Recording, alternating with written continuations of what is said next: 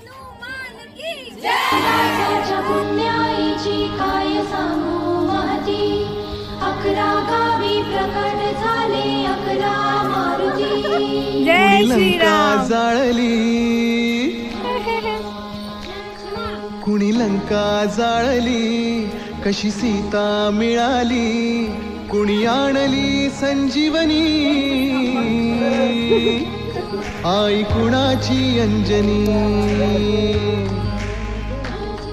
कुणी लंका जाळली, कशी सीता मिळाली, कुणी आणली संजीवनी, आई कुणाची अंजनी.